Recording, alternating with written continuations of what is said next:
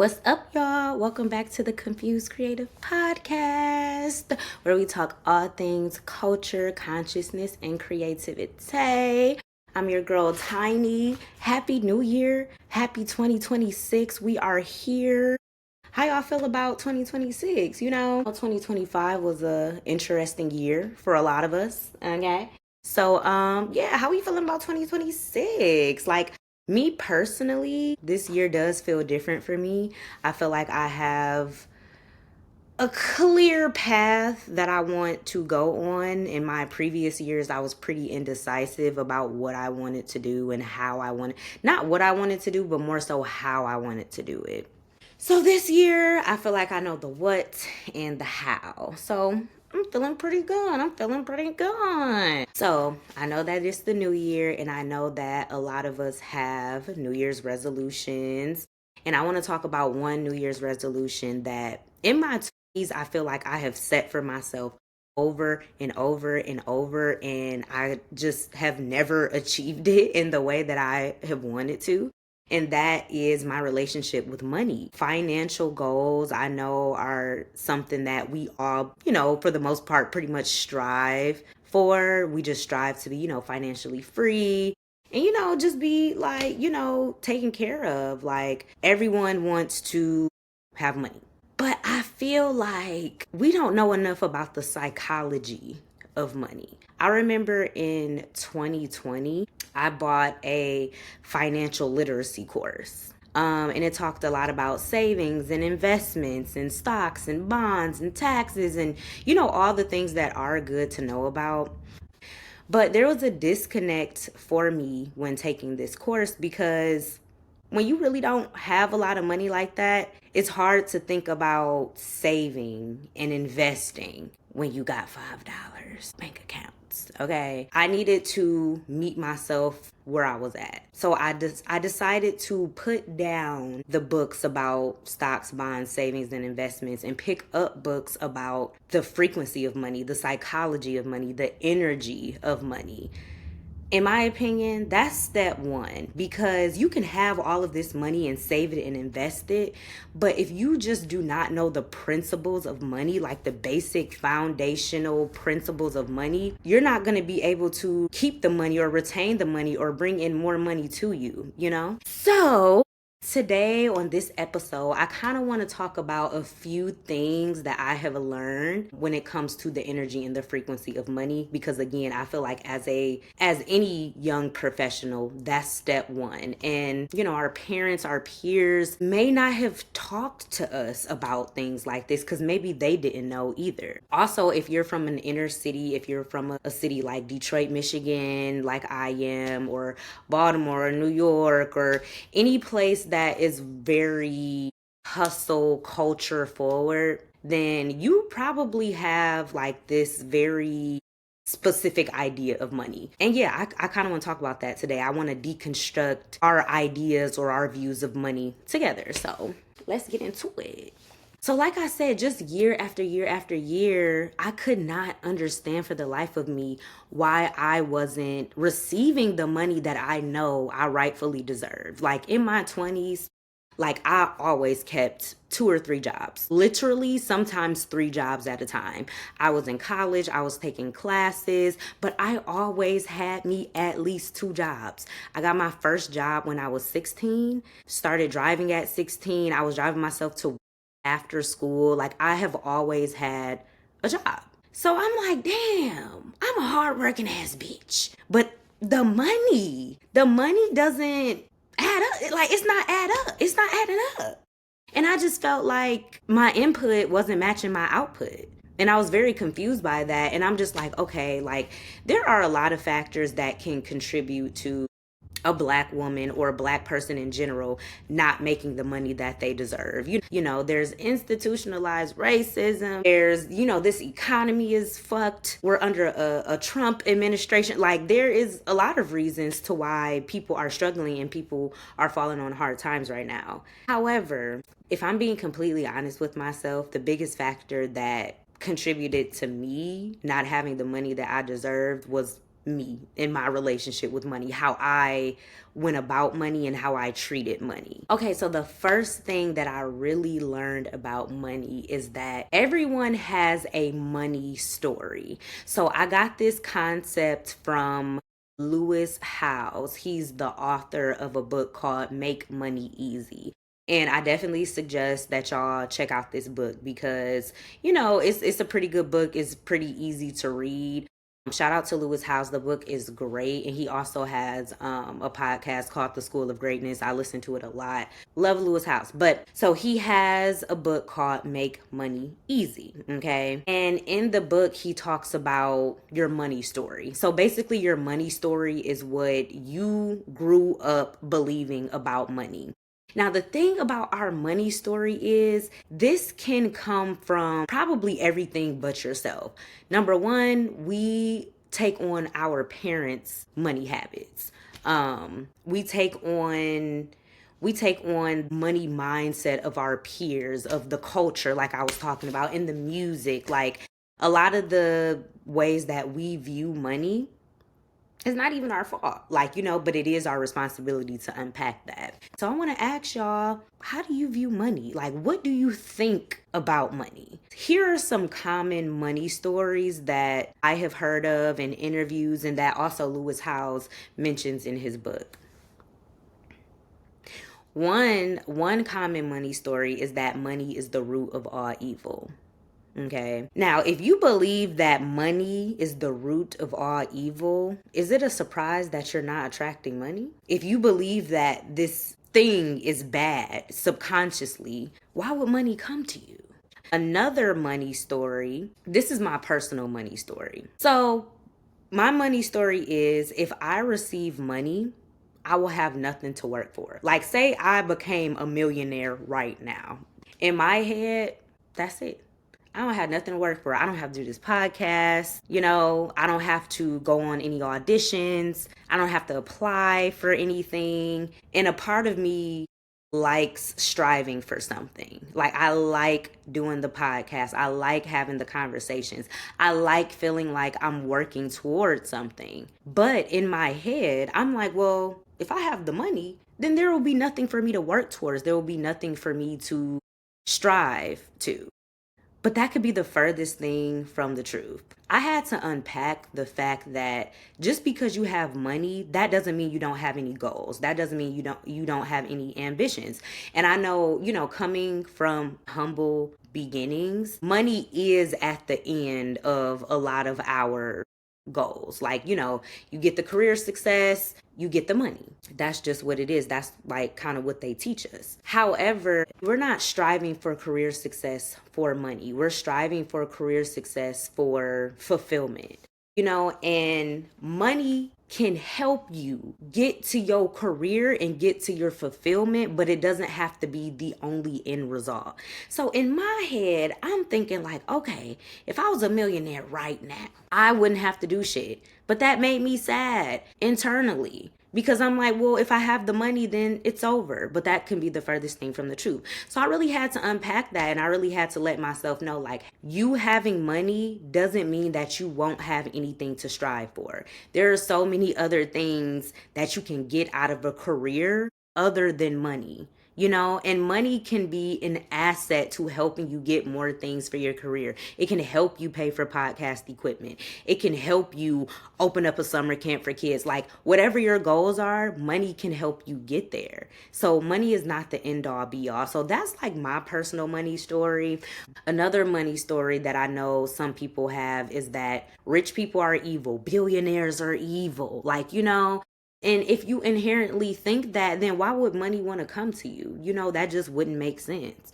And I know a lot of people in general have a lot of guilt around the idea of them making a lot of money. They think that they're selfish or they're thinking about their family, like, oh, I got to make sure I give them some. Like, people me included, people inherently sometimes feel bad at the thought of having a lot of money. Some people don't, and if you don't, that's cool. But Some people really do feel like if I have this much money, I'm selfish. But that could be the furthest thing from the truth. So I feel like if you have any of those, deeper subconscious feelings, like you might need to unpack that. You might not even know that you have those feelings until you hear those statements from other people.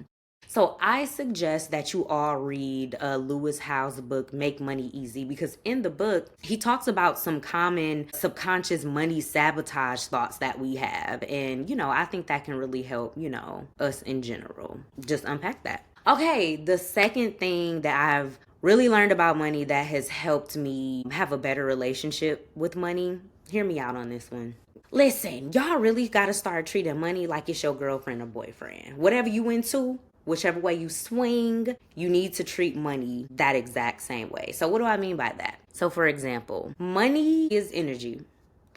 And energy comes to you, which is the money. Money comes to you when you treat it well. So in the same way you gonna treat your man, in the same way you gonna treat your woman well, treat that money well. Let's say if you have cash, let's say you work at a restaurant. Like me, I'm a server, I work at a restaurant. So I get like a lot of cash. So I feel this like responsibility to always keep my money. It can get real messy when you have cash on you. So a way to treat your money well is to just simply keep it all in one place. Buy a nice wallet, put it in the wallet. If you have a lot of change around, buy a piggy bank, put that money all in one place. Another way that you can treat your money well is do right with it. You need a roof over your head, you need to eat, go grocery shopping, pay that rent. Make sure your priorities are taken care of. And I know that's like self-explanatory or like that's like cliche, but like truly, this will truly help you have a better financial situation when you always make your bills a priority. Because money simply responds to how you treat your money. So if you're putting your money in the right places, you're putting your money in smart places. I'm not saying don't treat yourself. After you pay that rent, go buy that Fashion Nova cart. It's a balance, okay? It's a balance. Do something nice for yourself, but just make sure you have your priorities straight. I will do like a little 50-50. Because me, I'll be miserable as hell just paying all my bills and don't have nothing for me. No, girl, I'm going on Fashion Nova. And I'm about to do a Fashion Nova cart. Shein, whatever y'all buy. Okay, go buy that cart. Check out that cart after you pay that rent. As much as you respect your money and treat your money well, this is an important one. Please, please, please take money off of a pedestal. In the same way, like when you're dating, right? You have this new girl or this new guy that you're talking to, you really like them, but you notice the more you chase them, the more they go away. And that's going to be the same thing with money. As a society, we all need to take money off of a pedestal. Money has no value. We have the value. You know what I'm saying? Money is just like a middleman. And shout out to the Grits and Eggs podcast, Deontay Kyle, because I heard him talk about this, about money being a middleman, and this just really clicked for me. But money is the middleman. You can go to the car wash right now and get your car washed, but they requesting damn money. It's a symbol of exchange. But you're not going to the car wash for money. You're going to get your car clean. You can clean your car yourself. You know what I'm saying? We don't need money as much as we think we do. Let's say you want to be a makeup artist, okay? And you have very basic drugstore products, but you on Instagram and you seeing all of these Tom Ford, Sephora, all of these luxury makeup products. You don't need it. You don't need it. A lot of times we will sabotage ourselves because we think that money really rules the world. It doesn't. It doesn't. It's a symbol that energy has been exchanged. Take money off of a pedestal. Money doesn't have the value. You have the value. It's you. At the end of the day, money should assist you in life. But it shouldn't be something that you're chasing. Oh, I'm chasing the bag. Like, and I know, again, we get these concepts from our culture and our music. But if we're being for real, I don't know how I'm living in LA right now. I'm going to tell you, it's not the money. It's not the money. But I'm well taken care of. Money has been an asset to me moving to LA. But the things that I have received here to take care of myself, money cannot buy. So take money off of a pedestal. We're not chasing money. We're not chasing money. We're chasing our dreams. Period. Okay, now this one is a light one, but I really truly do believe in this. My third money tip: clean your damn house, bitch. Okay? Clean your house. So there's an ancient Chinese practice called feng shui. And I know y'all probably know what feng shui is. And I don't know if it's true or not. But apparently, feng shui is supposed to bring you the check. Because, it's a practice of like energy and like, opening up your space. And I don't have no proof that cleaning your space attracts money, but I'm gonna tell you this: you just gonna feel better, and when you feel better, you attract better, and that's just a fact. Clean your space. But honestly, I truly do believe in this concept that a clean house or a clean car or a clean space in general will attract money to you. It's hard for things to exist in clutter. It's hard for things to come into your life when you already have so much clutter and baggage. And that's in the spiritual realm and in the physical realm. Clean that clutter out, okay? Now, I'm not talking about regular shit like, oh, you didn't fold your laundry today, you gonna get to it tomorrow. Or, oh, you got a couple dishes in the sink, you gotta put them in the dishwasher. I'm not talking about that. Those are regular chores that we all have to keep up with, and we all miss days. Is not a big deal. However, if you are living in clutter, if you are living in a space to where you have a bunch of things around you that you don't need, you got clothes that you can't even fit no more. Bitch, you ain't been to the club in 2 years. You can't fit no crop top. Throw that crop top out. You can't wear them shoes no more. There's a lot of stuff we just don't need it. We just don't need it. That pillowcase got a hole in it, throw it out. Anything that is bringing your energy down, that is in your space, throw it out. Sometimes we have this scarcity mindset to where we think like, oh, I might need this soon. You won't. I promise you won't. And I think I did have like a hard time with this concept in my 20s. But when I moved to LA, I was forced to get rid of so much stuff because moving across the country, you're not about to take all of that with you. So ever since I moved to LA, my energy, my space has just felt so much lighter. And now it's a constant practice for me to just get rid of shit that I don't need. You do not need to have this hoarder mentality, okay? Because that is not going to attract anything for you. So yeah, clean up that space. Niggas talking about is money on the floor. Nigga, clean that toilet, okay? Then it'll really be money on the floor. I'm not saying be some Molly the maid ass bitch. I'm not saying that, because the reality of it is we are busy. We go to work. Some of y'all are in school. Y'all have families. Y'all have children. It's hard. It's hard to sometimes live this busy life and maintain a clean space, but it is essential to your mental health. Just start by putting everything in one space, because according to feng shui, that's what helped the money come in. Make the space you. Invest in the space. Put your personality in the space. What are some things that activate you in a different way? For me, just quick side note, I've been in this apartment for a year. There are a lot of things that I am so proud of that I've done to this apartment, but I have so much further to go. One of my number one goals is lighting. I need a different type of lighting because lighting makes me feel a certain type of way. So I need to buy things that make me feel good. Different patterns, different designs. It's just going to change your energy and it's just going to make your life better. Okay, the fourth thing that I really learned about money is like blood flow, blood circulation. You know how your blood circulates through your body?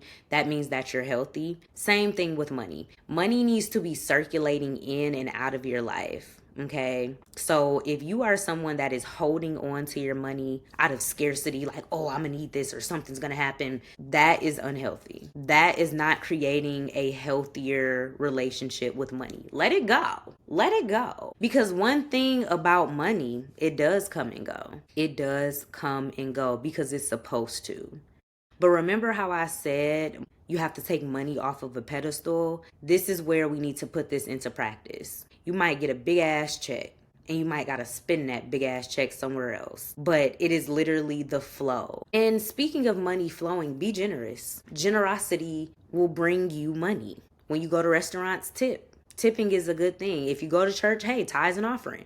Wherever you want to give your money to, it really doesn't matter where. To the unhoused, to a charity. Give it out. You want more money coming in your orbit? Give it away. I'm not saying go crazy with it, but wherever you can fit giving into your life, do it. So I know for me, like if I eat out, I'm gonna tip. But not only at the restaurants where I sit down and eat at, but even at the Chipotle's, like when they ask like, oh, do you want to leave $1 tip? Yes. Because that is going to come back to you. Because at the end of the day, you don't need that dollar. You don't need that dollar. Put that money into that cashier's pockets. You don't need it. You'll be fine.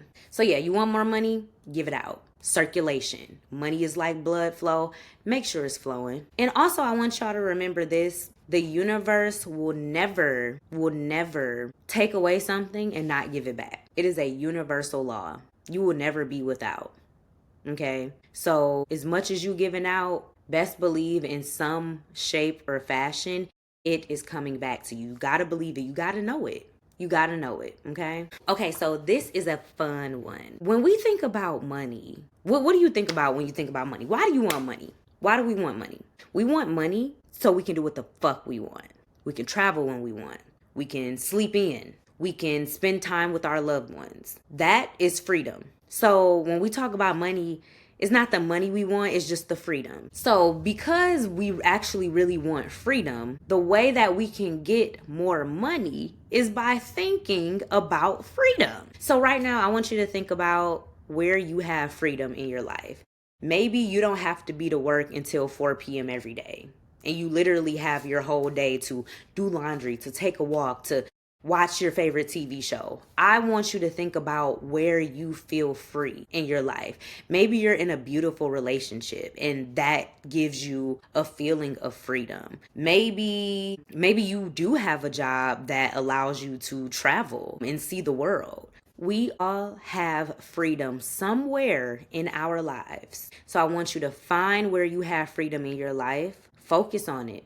Hone in on that feeling. Because if you hone in on that feeling, you're going to attract more of it. Focus on the freedom and you're going to attract more freedom. And what do I mean when you attract more freedom? You're going to attract more money. Do it. Try it. Okay, so the next thing I want to talk about is what I've learned about how you actually make money. So now I want to read something from the book called The Magic of Manifesting. It is by, I'm going to butcher this name, but Ayu Shinohara.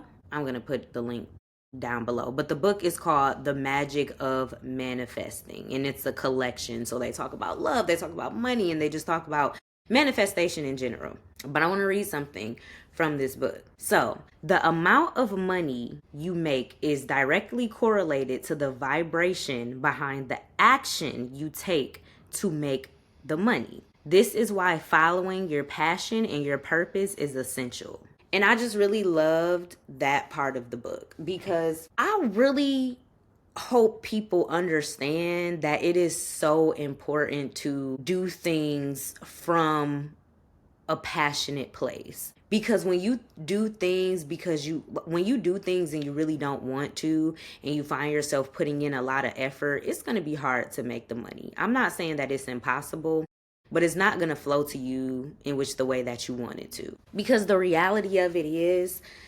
sacrifice and suffering and grinding and all of these things are not essential to make money. They are not a requirement. It was all a lie. It was all a lie. The hard work, oh, you got to work hard. No, you don't.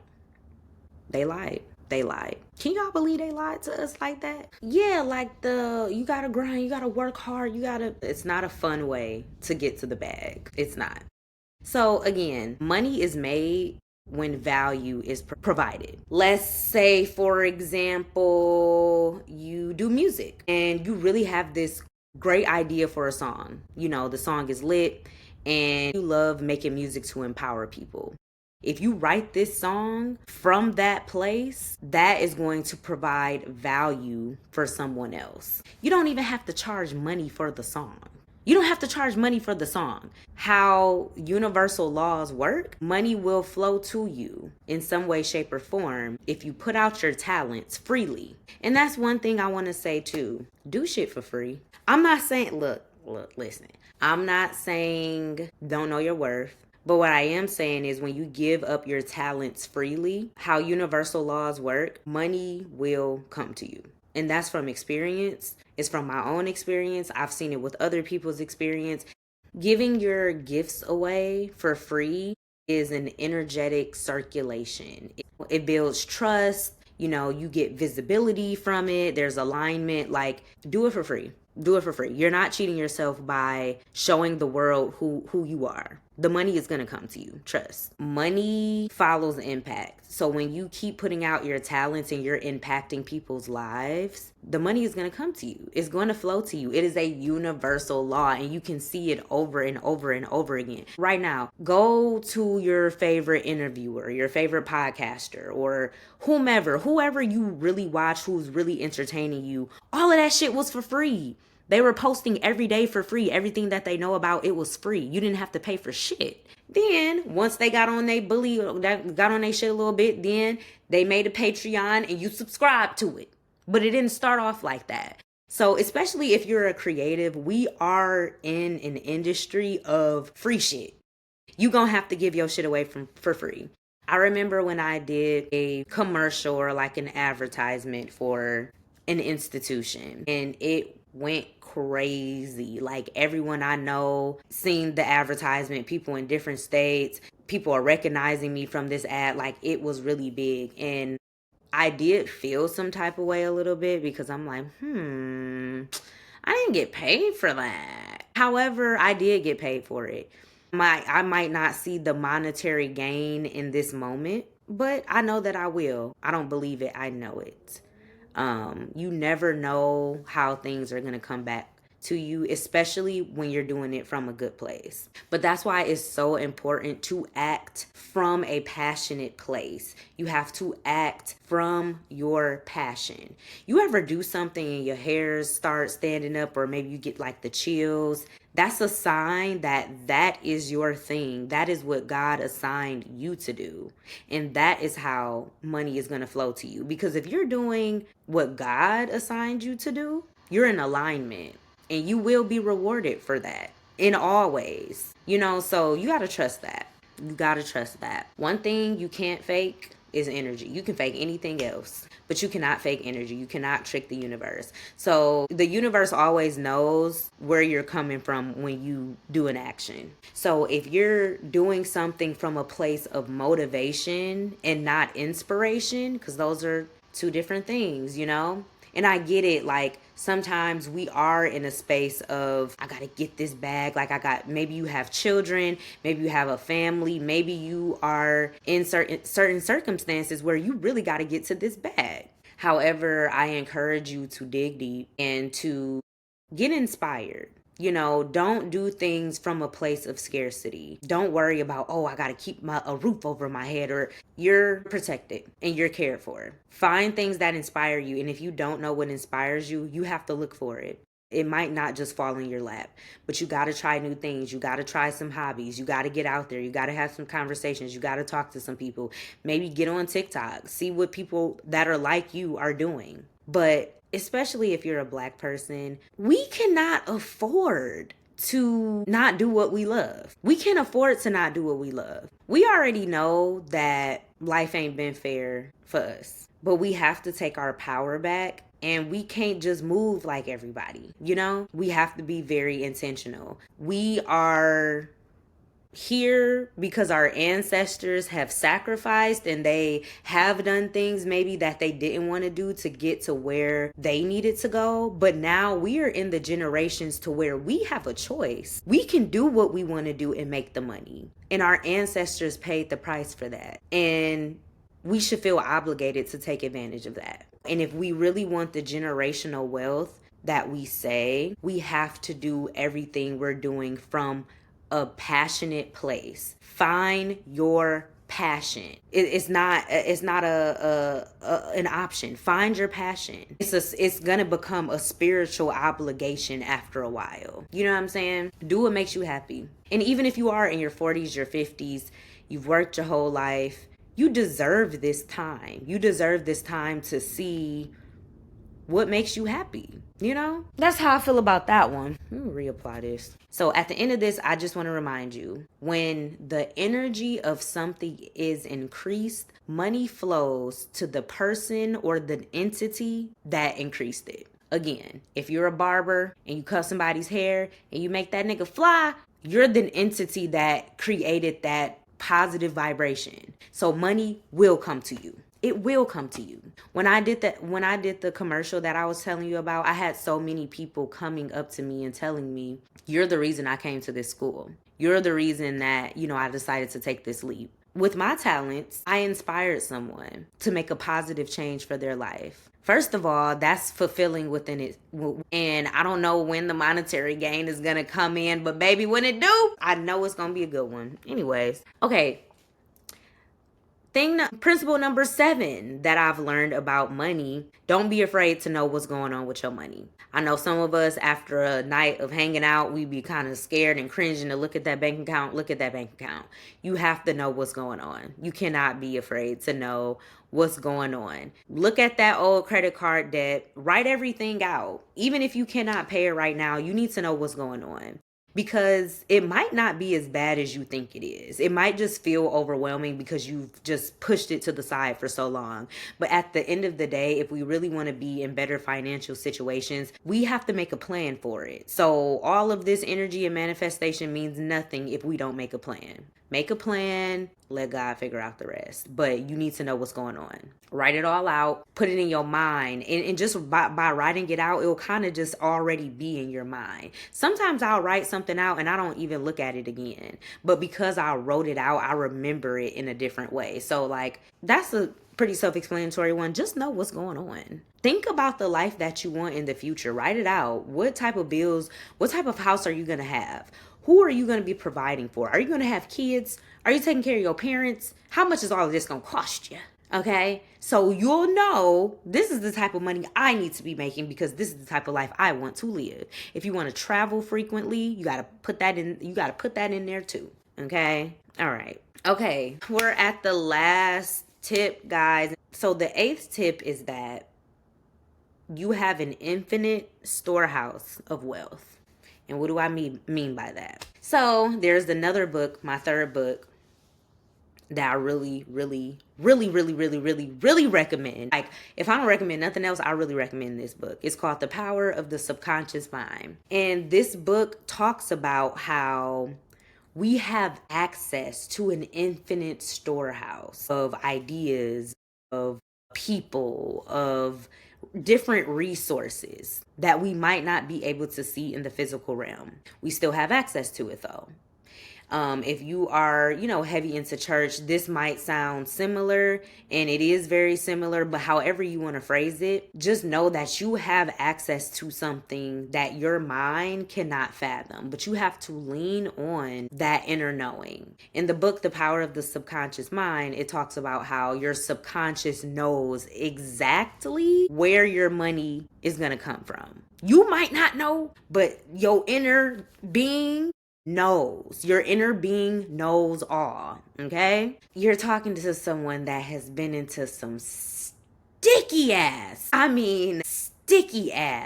financial situations. I've been in some shit. And every single time, something has happened. And I don't know how. It just happened it was like clutch as fuck. It's just like, damn, how did this happen like that? I didn't do it. But I truly believe my spirit, my inner being, God, all the forces that are working for me knew exactly what I needed, and they knew how to get it to me. But they can't do it with me in the way and with me worrying and shit. That's gonna fuck up the flow. So you gotta relax, you gotta take a chill pill, and you gotta trust that you have access to everything you need. Your inner being's main goal is to get you exactly what you want and exactly what you need. It's like I really have something bigger than me looking out for me. And it's a very humbling thing to realize. And that is where your protection and your faith needs to come from. Is that there? So that's what I had to say that I have learned like about money.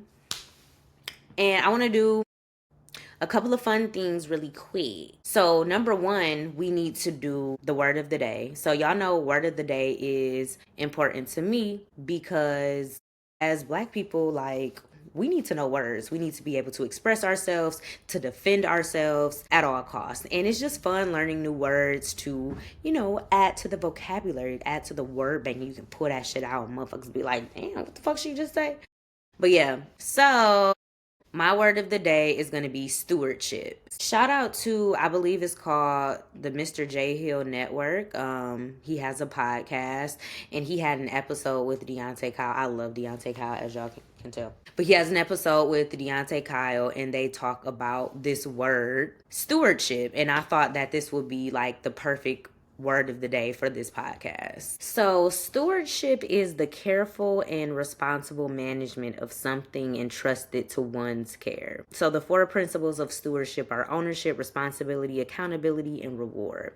So, I chose stewardship as the word of the day because a lot of times we ask God for more and we have a hard time being stewards of what we currently have. For example, I am in a studio apartment. I'm going to tell y'all right now, I've been in this apartment for a year. I'm already in love with it. But by the time, give me another like 6 months, my apartment is going to be, it's already a vibe. First of all, everybody that come in this bitch be like, damn, it's cute in here, it's cute in here. Yeah, you ain't seen shit yet. I am going to put so much of myself into this apartment and I cannot fucking wait. Like, I literally cannot wait. Sometimes I think about like, a bigger space or like, moving somewhere else. But I'm gonna be honest with you. It hasn't been on my mind as of lately because I need to take care of this. God bless me. This is my first time living alone, by the way. And God blessed me with a space of my own and I'm really going to show out. Like, when you walk in this bitch, it's gonna be a 5-star fucking stay, okay? But stewardship is just taking good care and managing your resources, whether that be your home, your car, your shoes. Manage it, take care of it, because it's hard to maintain bigger blessings when you haven't mastered the smaller blessings. Stewardship is going to be my word of the day. All right. Last thing. I want to do a lyric breakdown. Okay, so my lyric breakdown is coming from the song Peekaboo by Kendrick Lamar featuring AZ Chike. Now, I'm not even about to read anything from Kendrick Lamar, like we know he's a genius, but AZ Chike, first of all, I think he has a fan in me. Because since we're talking about money on this episode, AZ Chike, his verse in Peekaboo, it really gets me activated. So I'm going to read the second verse. I think that because I know him and Kendrick kind of like tag team this song together. But AZ Chike, when he comes in on this one part, that shit really gets me going. And it just really it makes me want to get my money up. So he says, so you know how Kendrick be like, big dog business, I will not hold your hand. Then AZ Chike come in like, broke bitch business, I cannot be your man. First of all, whoa, excuse me? Like, if a nigga told me that, I'm gonna be like, damn, me?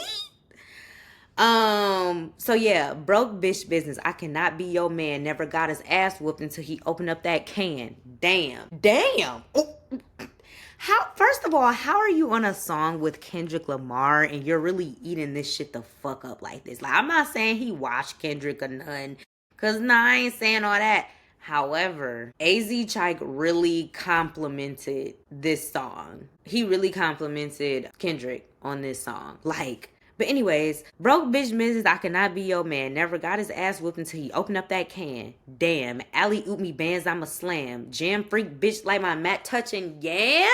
Who is he feeling like? Play the op shit around me, I'ma tell you, turn it off. Turn it off. Don't play no op shit around me. Don't do that. Heard what happened to your mans, not sorry for your loss. Should've prayed before them shooters came and nailed him to the cross. I let your boy get a pass, bitch, you lucky he soft for real. AZ.